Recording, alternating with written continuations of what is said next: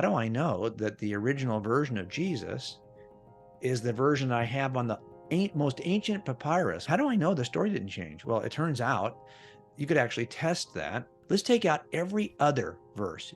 You can take out the odds or the evens and toss them out. They're unreliable.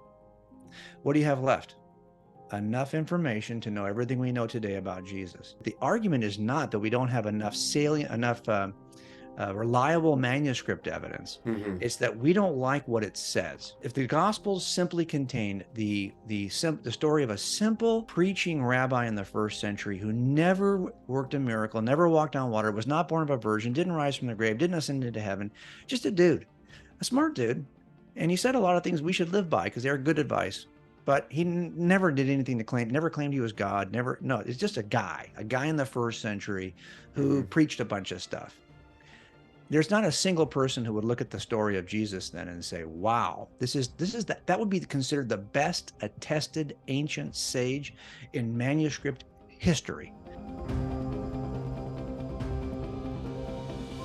So I imagine that some of my audience is potentially familiar with your book and your work, and that another percentage is probably not. So what I would like to do is to basically just start broad and just give you a chance to essentially tell a bit about the work that you did as a cold case detective, and then to talk about how that work became relevant in your quest for God and in your curiosity surrounding the person of Jesus.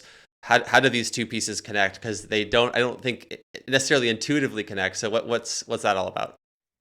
Well, in some ways, they're very, very similar when you work at cold cases are just homicides because every other crime has a statute of limitations. So eventually it'll close and you cannot work it anymore. It's past the statute of limitations, but murders don't ever close. They stay open. So if it's 40 years later, you could reopen a case if you had information.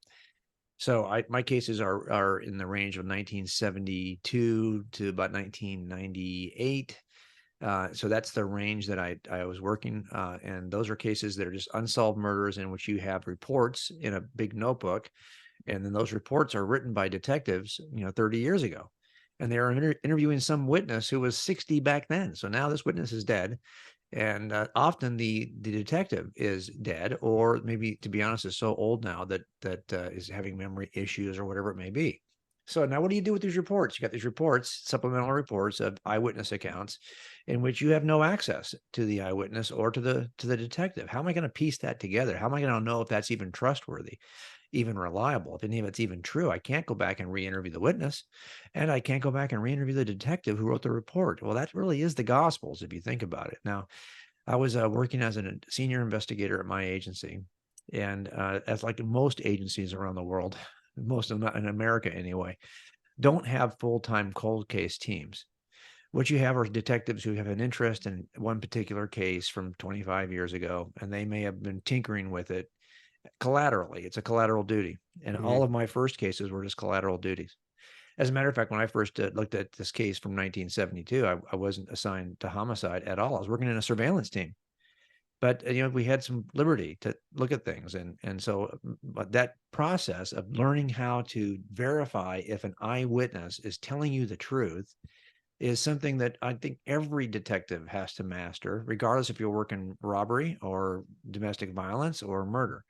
You're going to have to figure out, can I trust what this guy's saying? And it turns out in California, at least, we have a jury instruction for this. 13 questions that we allow jurors to think about as they're listening to eyewitnesses. Now, I wasn't a believer when I first employed this process to my cases. My wife and I were together for 18 years before we became believers. I was 35 when I first walked into that evangelical church and listened to a pastor talk about Jesus. And I was not really interested at all. And interested, and I didn't even talk about it with my wife, other than to say I didn't want to go. I mean, I delayed the invitations to church. I ignored them, or the requests that should we go to church? Well, if you want, like my dad's not a believer. He's happy to go to church as a non-believer because he thinks it's a useful delusion. It can help you raise some moral kids. That's what his view is. Hmm. Although he is not interested in God at all, I was the same way. But when I walked in and the pastor said something provocative about Jesus, he just said that he was the most interesting, smartest man who had the most impact of anybody in the history of men. He's the smartest man who ever lived. That provoked me to buy a Bible and see if that was true. And then I only had one skill set in place. I mean, I suppose if I didn't know how to corroborate eyewitness accounts or to test an eyewitness, I might have taken some other approach. But for me, as I read through the Gospels, they Hmm. had the texture of the very kinds of eye. So for example, when we get a call out for a murder in the middle of the night, we're not going to be there right away. We're going to be one of the last people who show up. So I tell the dispatcher, hey, just make sure that the officers who are on the scene separate the eyewitnesses. Because if you don't separate those eyewitnesses, you get the same account over and over and over because they've been talking to each other for the last hour. I don't want them to talk to each other. I want to get that messy, apparently contradictory Hmm. collection of accounts because then I will puzzle them back together. And just because there might appear to be a discrepancy between the accounts does not actually mean there is. And as a matter of fact, my job is to show how that is all puzzled together just fine. And there's no one actually, is mistaken. It's just that they are seeing it from different angles with different personal histories, different sets of desires, different things they focus on, some things they ignore. We all have a different way of seeing the world. And as I was reading through the Gospels, I said, wow, interesting that nobody took the time to get rid of all these apparent contradictions. And instead, Hmm. they left them as raw as they were. And that to me was something that provoked me to take the additional step. And that's why I started taking a detective's perspective as I was investigating the reliability of the gospel accounts. Because remember, people will say, well, they're not written by eyewitnesses. Okay, look, Matthew, the attributions we have on the Gospels are the most ancient attributions we have. Luke's telling you he's not an eyewitness of Jesus. He's telling you he's interviewing the eyewitnesses and servants of the word. He was with Paul, so Hmm. he missed Jesus, but he knew the people who didn't. So he's interviewing them. So it's kind of like a supplemental report writer who's writing a report of an eyewitness account. It's like he's the detective. Here are the claims. So that's one kind of report. You have John and Matthew who claim to actually have been there to see this, and John even talks about it that way in the end of his gospel. And then you have Mark, who the most ancient sources we have tell us is writing at the feet of Peter, the account of Peter as Peter's protege or as his assistant or as his devoted helper. So in any case, those are the kinds of reports that I was comfortable approaching this particular way, where I'm testing them. I don't trust eyewitnesses. Eyewitnesses lie all the time. You test eyewitnesses. If they pass the test, then you can trust them. So the first thing I did was put the test to those four gospels. So you're saying of the four gospels that we have either an actual eyewitness of the events or a person who is playing the role of investigator, if you will, and intentionally going about the business of talking to eyewitnesses for the purpose of piecing together a historical record of what happened. Am I okay?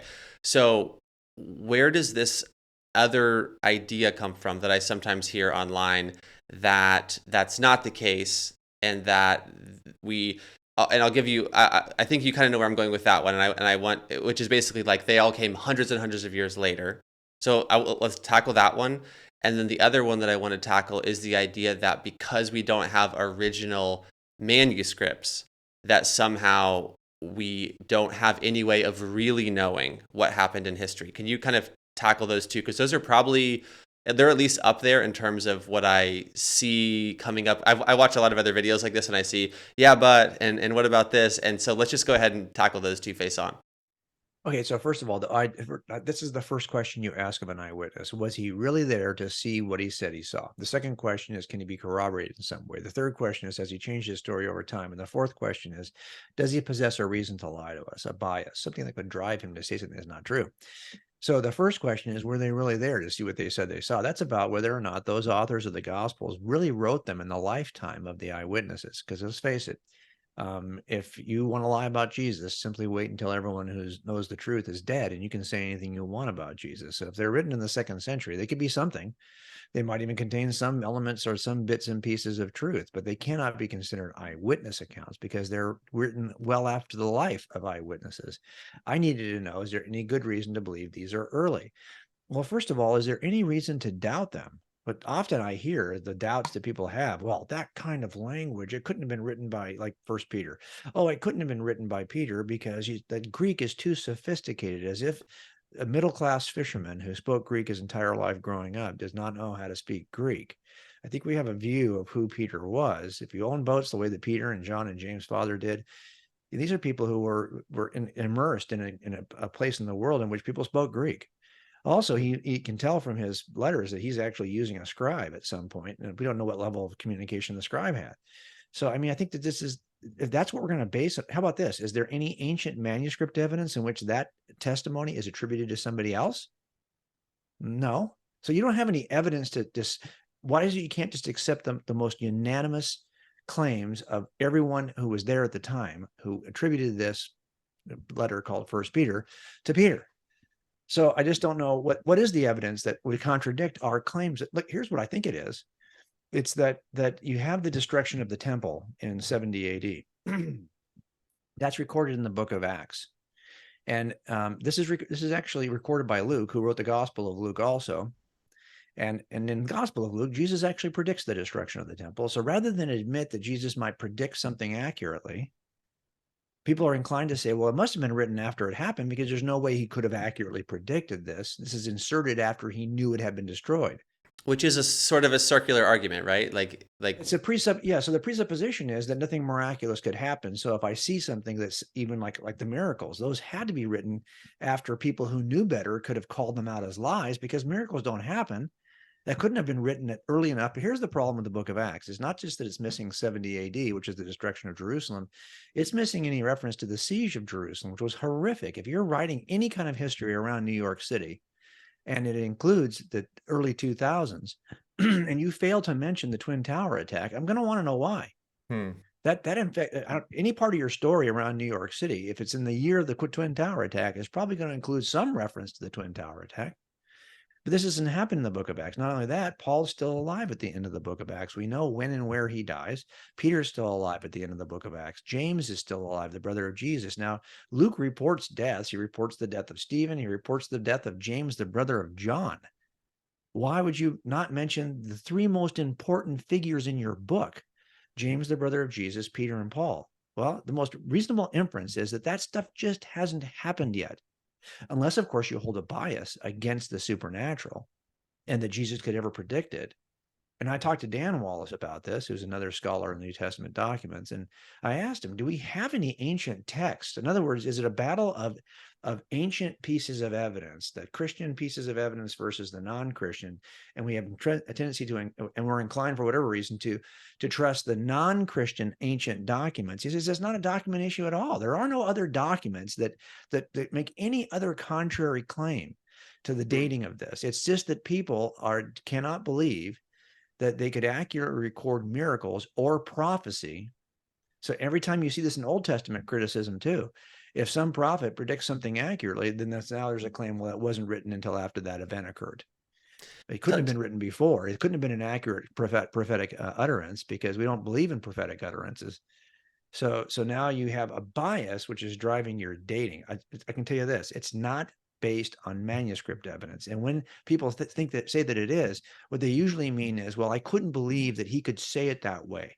That's much more similar to, okay, or for example, where is he doesn't ever mention his name in the book. Well, then you're going to toss out a lot of ancient attributed history, because this is common in attributed histories, that they are not, that the name of the author is not included in the text.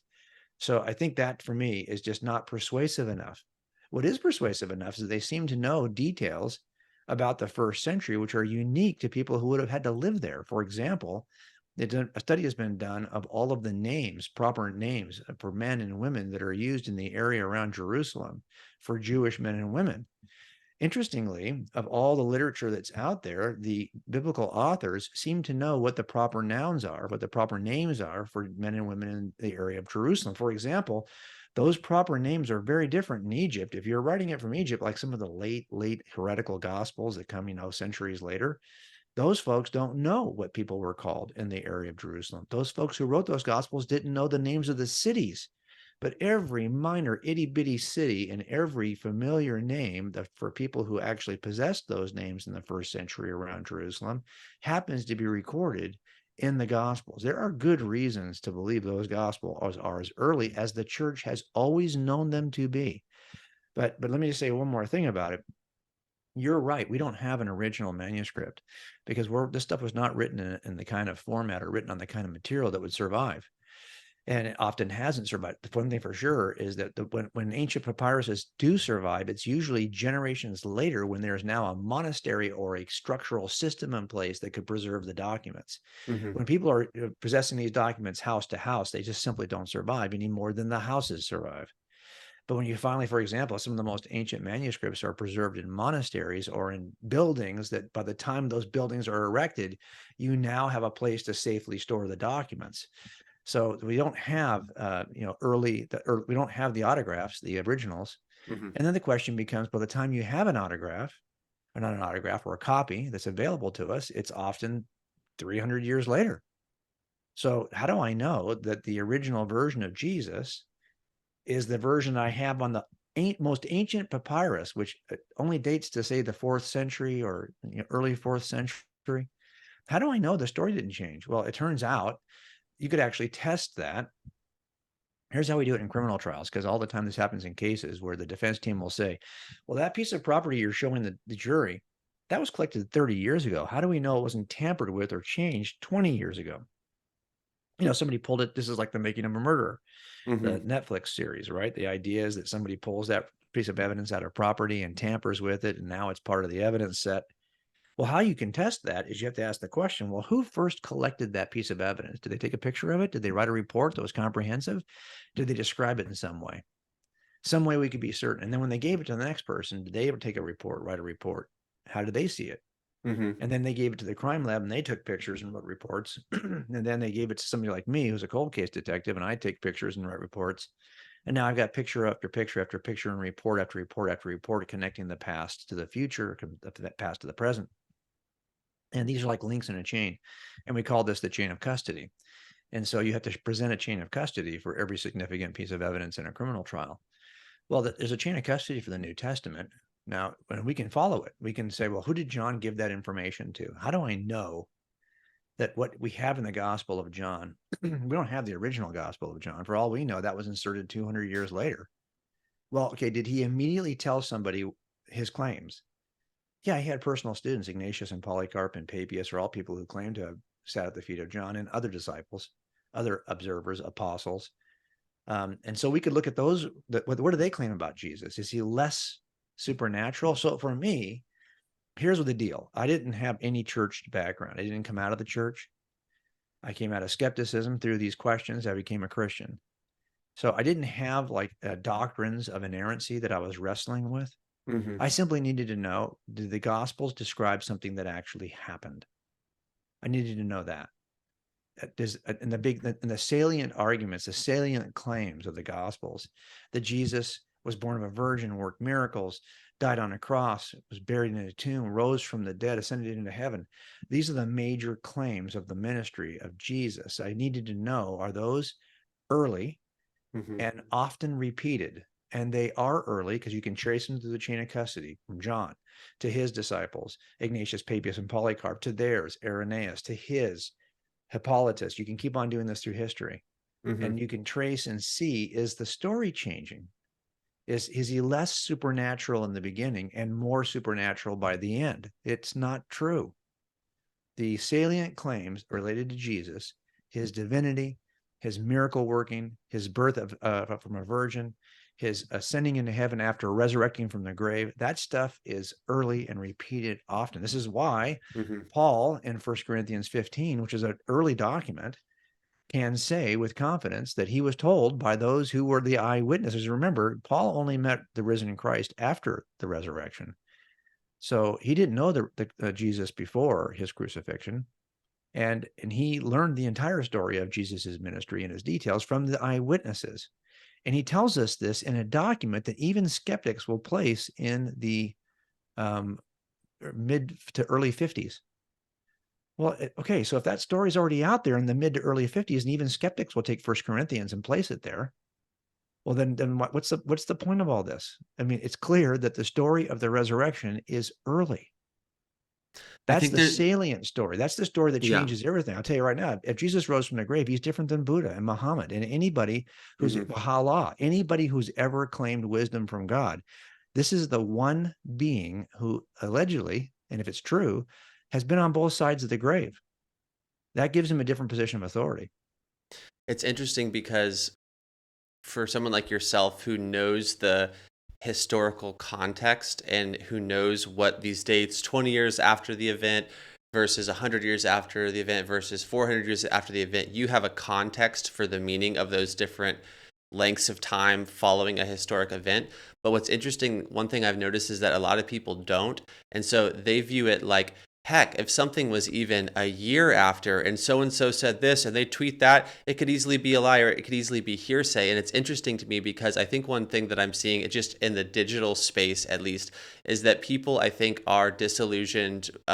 We're in like a post-truth culture is what, people kind of talk about. And people I think are very disillusioned with where does information come from? How do you know what's authoritative? How do you really know what's true? I think that even everything that happened in 2020 just put people through this whirlwind of trying to decipher narratives in order to understand what's true.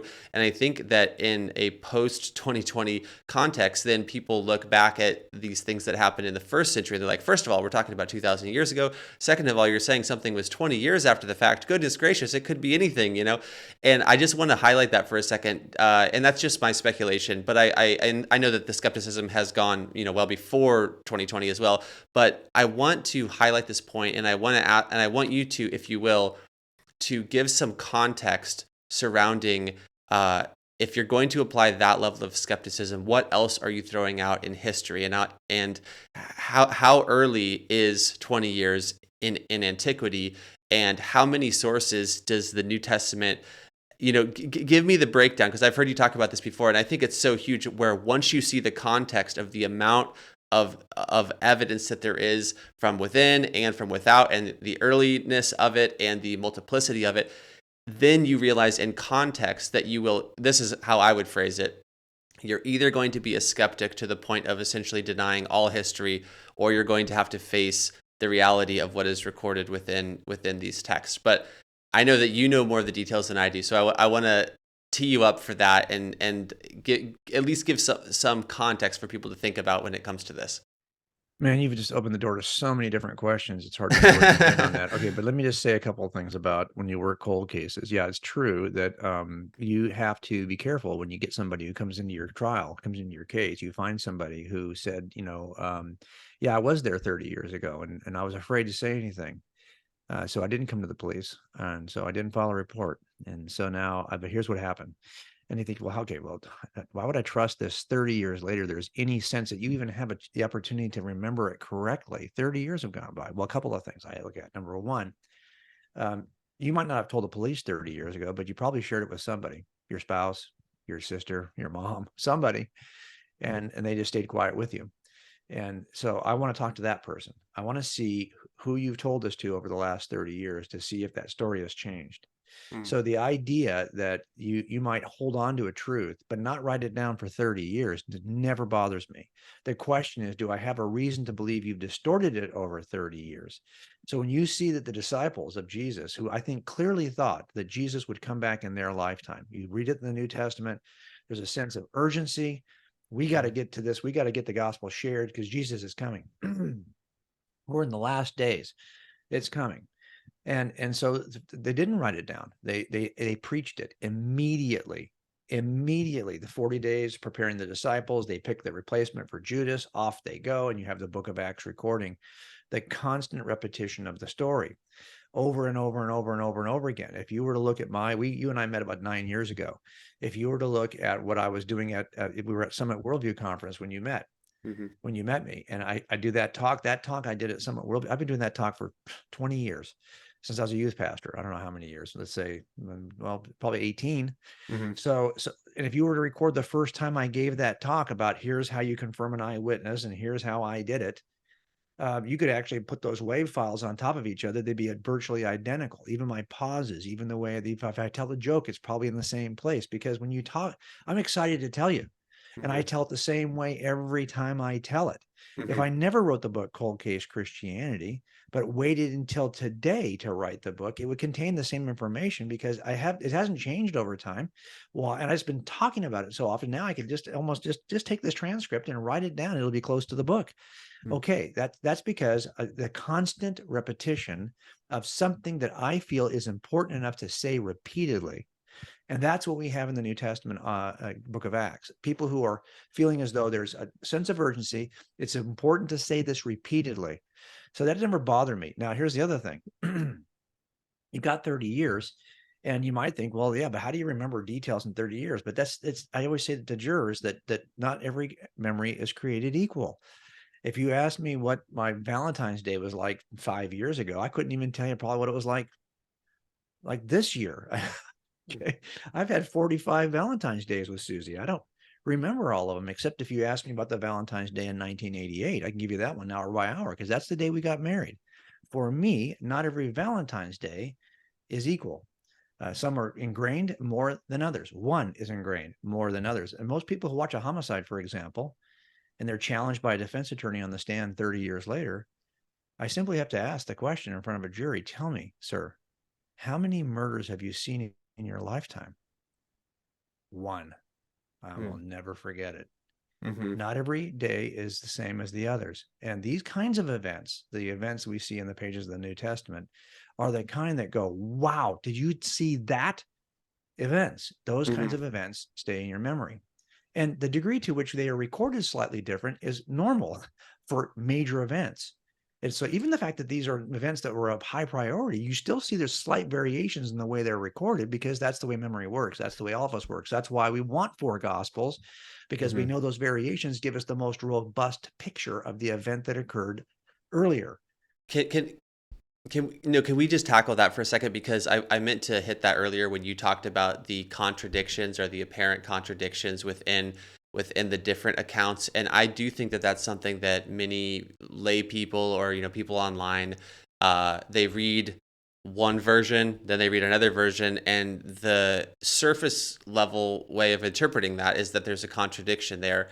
Can you give some examples of what are maybe some of the common contradictions that people latch onto, and then help us slash me, the audience, understand what's going on here? Okay, so a couple of things. Number one, remember, we don't have the autographs. We don't have the originals. So we're comparing copies. And although I believe these copies have been meticulously copied, even before we get the first copy, there are errors in the copies. There are variations. What I mean is, one will say a slightly different spelling than the other copy, or I'll have a different word, his, instead of just like no possessive pronoun will be in the other one. So you'll see these differences between the copies. That to me is not an issue because we have a system in place because we have so many copies. We have a way to return to the original reliably. In other words, if I only had two copies, I'd be stuck trying to figure out which thing did he say. And there are places where it's, it says that he's, how does he have all this wisdom? How does he know his letters? Well, okay, that means the same thing, but there's two different versions of how that is said in scripture. Hmm. So how do I know what the original had? Well, if I only had two copies, it'd be a coin toss. But if I have 100 copies, now 98 have it one way and two have it the other way. Well, I kind of know probably which way it was because two seem to be at error, but the other two. So sorry. I'm not meaning to interrupt, but just for clarity's sake. So you're talking about contradictions within different manuscripts that are not the autograph, but slightly different language, slightly different grammar within the 5, 10, Okay, let 20. me let me let me, let me be Yeah, clear about it. yeah. A contradiction means that these two things cannot be reconciled. Hmm. A variant is different. A variant Okay. means that, yeah, I can reconcile this. It's an apparent contradiction, but when you really, so for example, if one account says, well, there's only one angel, because it records the statement of one angel, the other Hmm. account says there were two angels there. Well, were there one or two? Is this a contradiction? Well, no. If the first account is somebody who's simply recording the statement made by the one angel, it may appear that there's only one angel, but where there's two angels, there's always one angel. So the question is, Mm. was there a second angel present? This wasn't mentioned by this author because he's focused in this particular version on the one that spoke.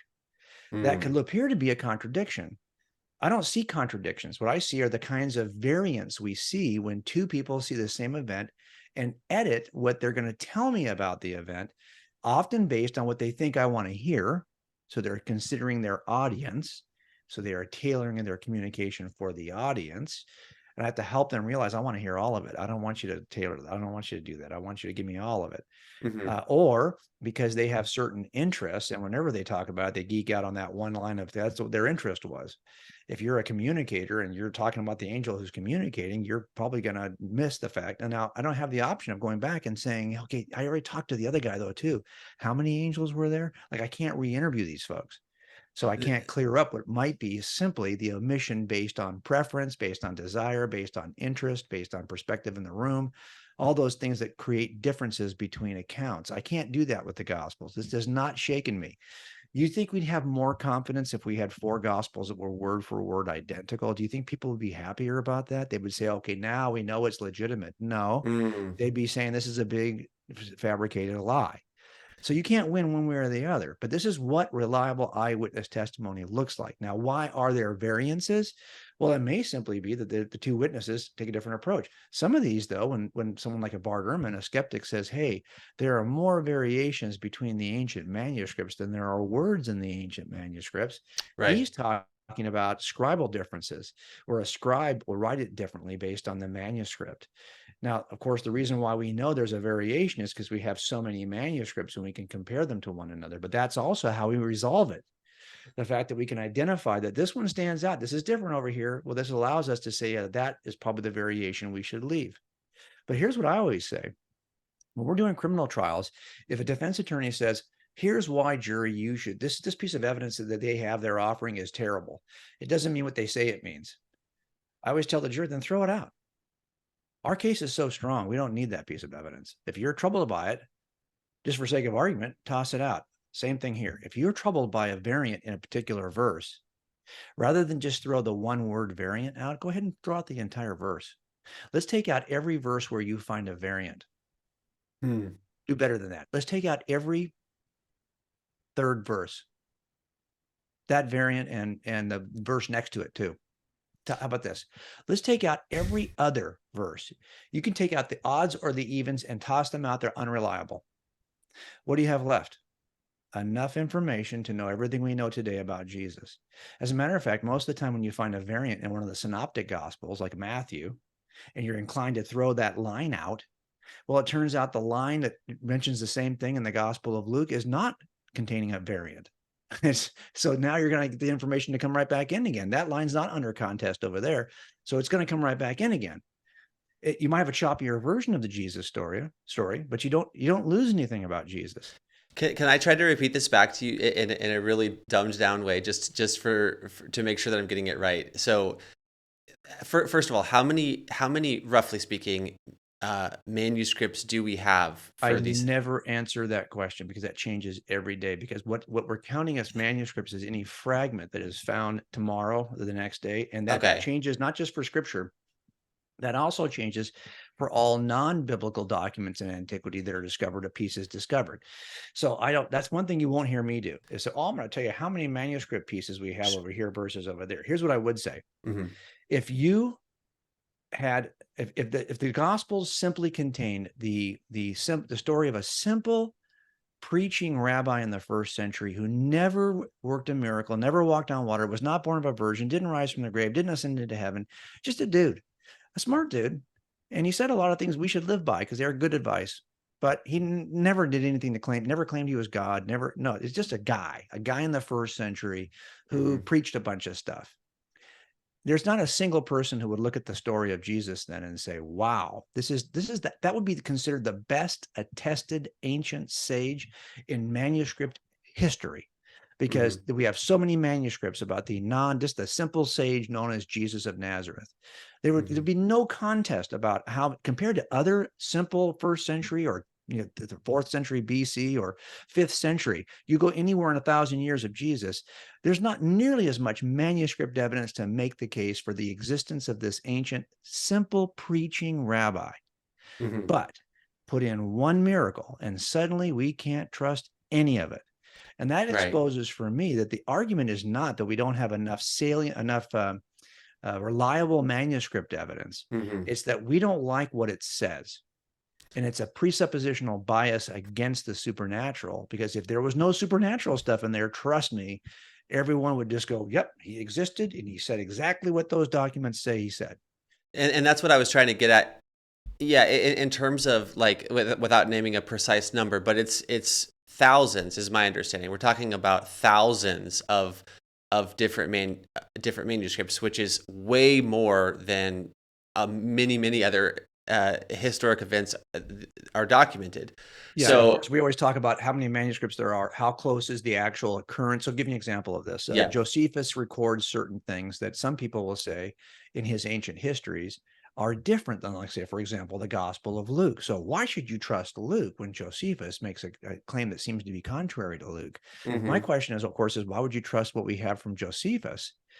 These were not as well protected as the ancient manuscripts for scripture, because Josephus's work was not considered scripture, and he didn't have disciples who carefully coveted his work and protected it. Not only that, the earliest copy of any of Josephus's works is far, far, far more distant to the actual events than the Hmm. Gospels are. I mean, if I had to just look at it from a manuscript evidence perspective, Hmm. Luke's Gospel is far better attested as an ancient manuscript than Josephus is. Anything we have from Josephus.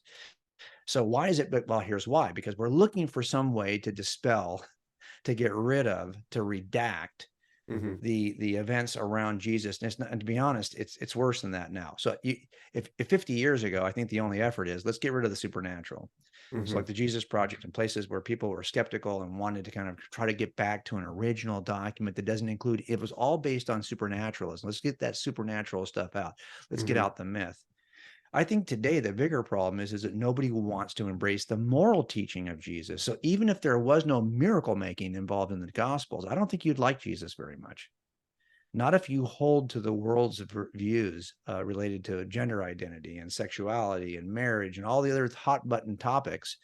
That if you read Jesus, you're either going to have to reinterpret him or redact him heavily to make him less offensive to your own cultural sensibilities today. So I think what's happened now is it's not just about the supernatural stuff. Is I don't think people have it. And if people tell you today, well, I don't like Christianity much, but or Christians much, but that Christ guy seems like he's okay, they probably haven't read him. Because if they were to read him and see that he has a view of marriage between a man and a woman, he affirms the Mosaic description of marriage, I think they wouldn't like him. I mean, this is the problem, is that, and make no mistake about it, if you're listening to this and you're a Christ follower, if they reject the moral teaching of your master, they are rejecting your master.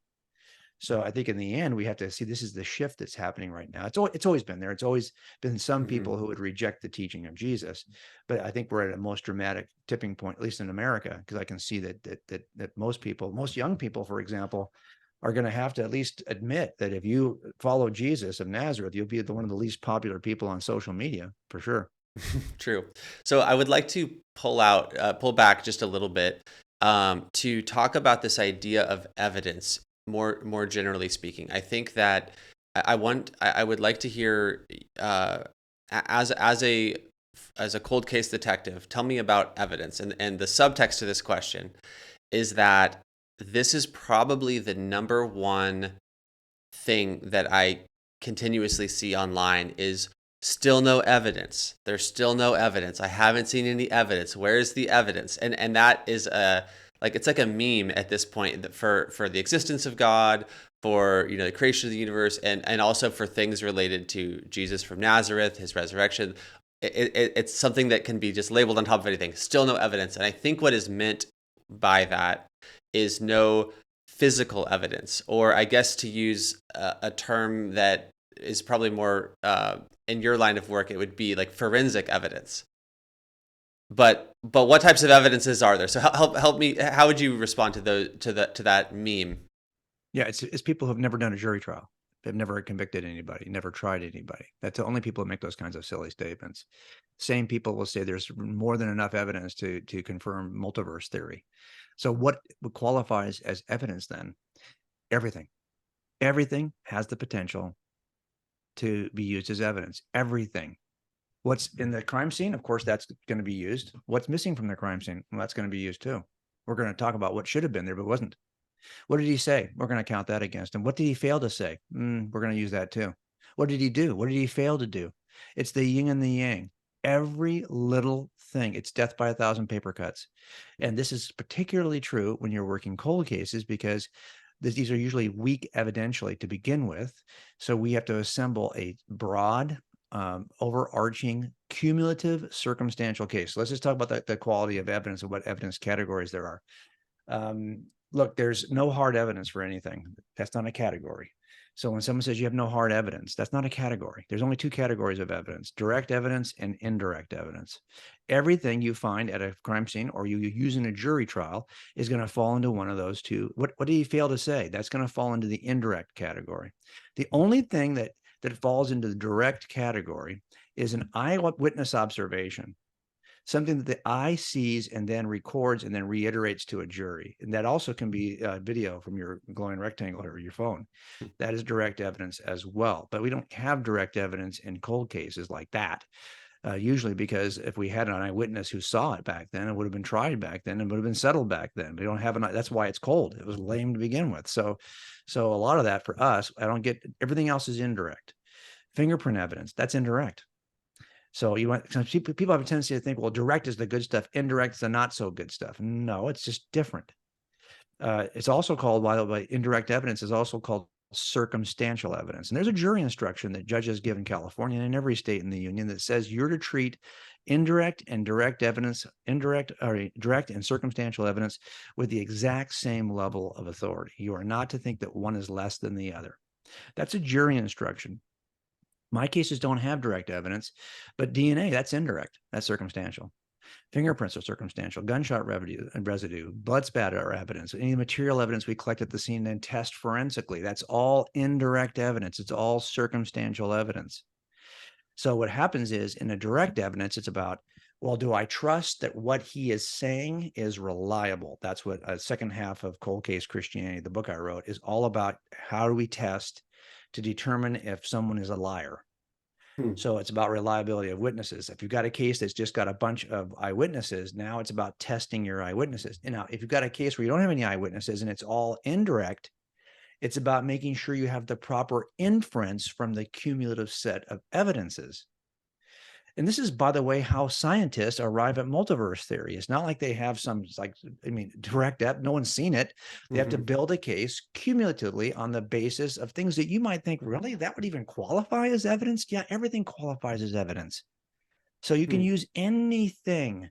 And this is why when I do a jury trial, we will interview the jurors after the verdict, because we want to see, what was persuasive for you? We're always stunned by the little nonsense thing that they found persuasive. We almost didn't include it, but luckily we did. We didn't think it was that powerful. But when you're doing a cumulative case, every little piece that points to the same inference, every little piece starts to become important. So in the end, do we have evidence to suggest that Yes. Do we have evidence to suggest that the Gospels are reliable? Yes. And I outline that. But what would that evidence be? It's everything. I can include anything. If I find a thing in the dirt archaeologically, I can include that. Now, that's going to be forensic. The same way, if I found a piece of evidence you left at the crime scene that I could tie to you, that's a forensic find. Something I find in the dirt is forensic. If I find an archaeology that affirms something that is claimed in Scripture, when we found that the polytarchs, the people that Luke describes in the book of Acts, that for thousands of 1700 years, nobody could find any confirmation outside of the book of Acts. Then we find a inscription in archaeology that in the exact place where he says it happens. Well, that counts. That's forensic.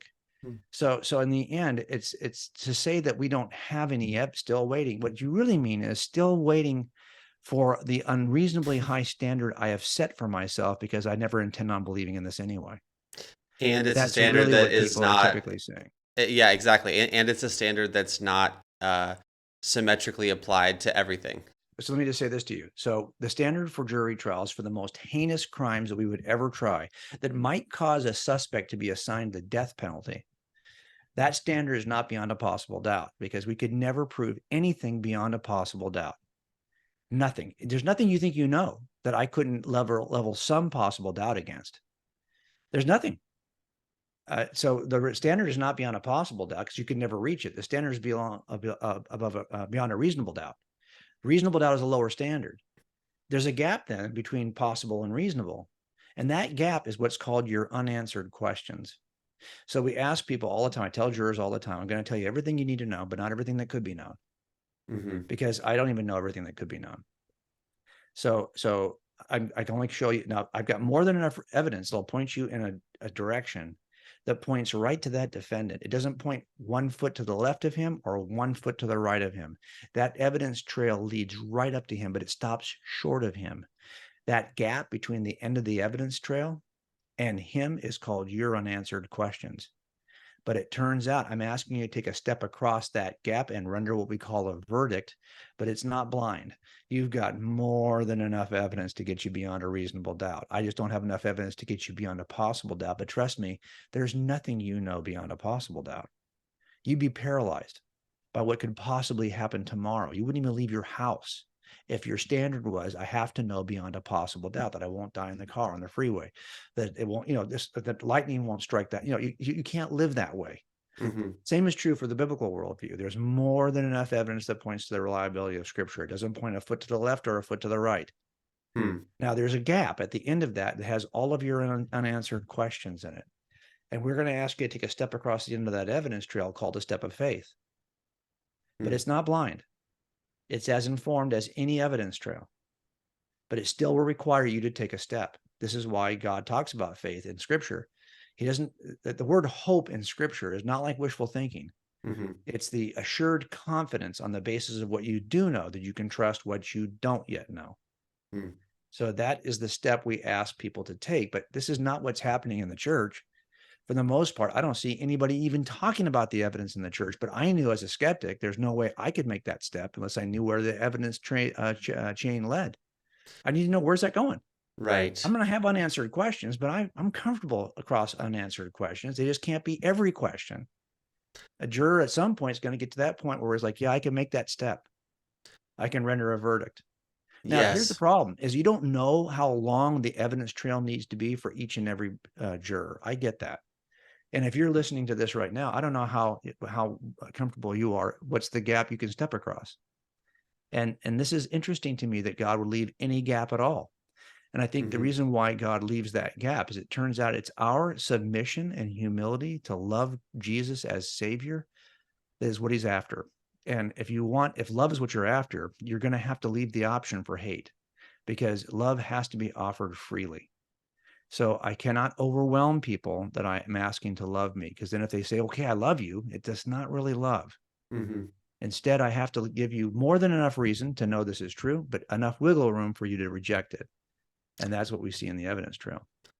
I think that the line of reasoning that you just laid out is so interesting as well, because the definition of what is reasonable doubt in some sense is subjective. And what I mean by that, I know that there is an objective reality to it, but what I mean is that something could be considered unreasonable to an individual if they don't understand the context or the evidence, or if they don't have the full picture. And that is the reason why I wanted to talk to you in the first place, and why I love conversations like this that help to build out the historic context and that give a better understanding of why, once you see all of these pieces beginning to fit together, then that definition of reasonable and reasonable doubt, it actually makes sense, and it actually is met by, and I love this analogy that you're giving, that each individual human is like a member of a cosmic jury, that we each do get the opportunity to contribute to some sort of a verdict, but it's not a collective verdict. It's really a personal verdict. But we're actually given the opportunity to cast our vote. We're able to deploy our free will in a legitimate sense towards or against the evidence. And I just think conversations like this are awesome, because it I think takes that idea of reasonable, and it helps you see that there is a reasonableness to faith. It's not just blind faith, that there is actually historic evidence, and that there is very legitimate reasons to believe that this is true. And I love what you said too. And there's a whole other direction I want to go here. But I would, rather than doing that, because we could save that maybe for hour two, where we're planning on going more into the outside of the Bible and the impact of Christianity on history, the secular sources. There's a whole other direction that I want to go here. Maybe we'll save that for part 2 of this, that we can, whatever, upload second on the channel or whatever. But the last thing I wanted to say is that, just to use an analogy, if there's someone who, let's say, is from a different culture or context, or maybe they're on a remote island, whatever, pick your scenario, and they just don't understand certain information. For example, a cell phone would be an extremely unreasonable thing unless you understood the different parts that make it up and allow it to work. And I think that, and that's not a perfect analogy, but there's a sense of the more that you know about something, the more reasonable it is to believe that thing. And I think that for that reason, this type of conversation is so great, because I do think it addresses a lot of these questions that people have, where when those questions are unanswered, then Christianity doesn't hit that level of reasonable doubt. But I think as those questions are answered, like you said, it brings you closer and closer to where you can see that there is a reasonableness to this. Well, and let me just say one last thing about that. So there's 2 reasons why. Yeah, I love his content. I know what the evidence is, but it's a worse, more sinister kind of thing that's always at play. And we talk about this. This is what guides all jury selection. I don't put anyone on a jury. I don't put everyone on a jury. You get 150 people in the jury room called for jury duty, and I don't put. I only put 12 in the box. Let's say 4 alternates. Okay, and I got 16 people. I'm going to pick from those 100 people. Who gets picked? Well, we eliminate the people who have presuppositional biases that either are for the prosecutor or for the defense team. On that spectrum of 1 to 4, 1 who are people who are sold out for prosecutors and cops, and 4 people who are sold out for defense attorneys and defendants. Well, we're not going to allow a 4. They're not going to allow a 1. When we start selecting the jury, we're looking for 2s and 3s. We have to eliminate people who are just unwilling to, with humility, look at the evidence. If they think they know better before we start, it's impossible to go anywhere. We win our cases at jury selection, sad as that is. And this is why jury selection is so important. Now, a lot of this comes down to your precept. The first rule I talk about in cold case Christianity, how to become a detective, 10 tools you need in your toolbox. The first one is don't be a know-it-all. If you walk in thinking you know the answer before you begin, then it's not a matter of how much evidence I show you. You'll find a way to interpret that evidence towards your presupposition. If you walk in and this is a woman who's killed in her bedroom, then you start asking, well, is she married? Well, she's got an ex-husband. Oh, he's our guy. And now we work the ex-husband for a week, because the odds are usually good that if there's a dead woman who's been divorced and her, I'm going to look at the husband first. But if that's it, if I refuse to move off of him when the evidence starts to fail to demonstrate he's my guy, I'm allowing my presuppositional bias, because I've had so many cases where this was the case, to guide into now I'm misinterpreting the evidence in favor of him because I've already decided it is him. So we have to, that the biggest problem we have with assessing any set of evidences is typically our presuppositions. It's our biases. So if you're listening to this, I mean, it's not just a matter of knowing what the evidence is. Yeah, I hope you do. I hope you take time to it's also assessing who are you and who do you think you are? And a lot of it, look, this is the biggest challenge for Christianity, is that, and it's interesting because I've got another book coming out next year where I talk more about this. The first step in Christianity is a step that most of us pridefully won't take. It's a step of humility. Humility happens to be an attribute of human character that will lead, surprisingly, to the best changes in your human flourishing if you'll simply adopt humility. Everything that we measure in terms of flourishing and thriving as humans improves for those who are humble. Your level and depth of your relationships, your work life, how good an employee or how good an employer, how long you live, what your mental health is, what your physical health is, how well you're educated, how high you ascend in your education, how much money you make. Every way you measure, humility changes everything. And interestingly, the Christian worldview leverages this because this is a design feature from the Creator. But that means that in order to access the truth of Christianity, you'd have to start by realizing maybe I don't know everything. Maybe I'm allowing my biases or my prideful sense that I want it my way on my conditions and my timing is stopping you from seeing something that's true. And it's often that, to me, is far more prevalent and far more dangerous than, well, I just don't know what the facts are. Because people who are prideful, it doesn't matter if you show them the facts. They'll find a way to reinterpret those. because it's not what's driving us is our own lack of humility. So I think in the end, the reason why we become Christians is because at some point we say, there is a God and I'm not him. And we have to at least get to that point where we praise and cherish and embrace humility. And if no, for no other reason, if you aren't a good God follower or you're not a Christian, it will change the trajectory of your life.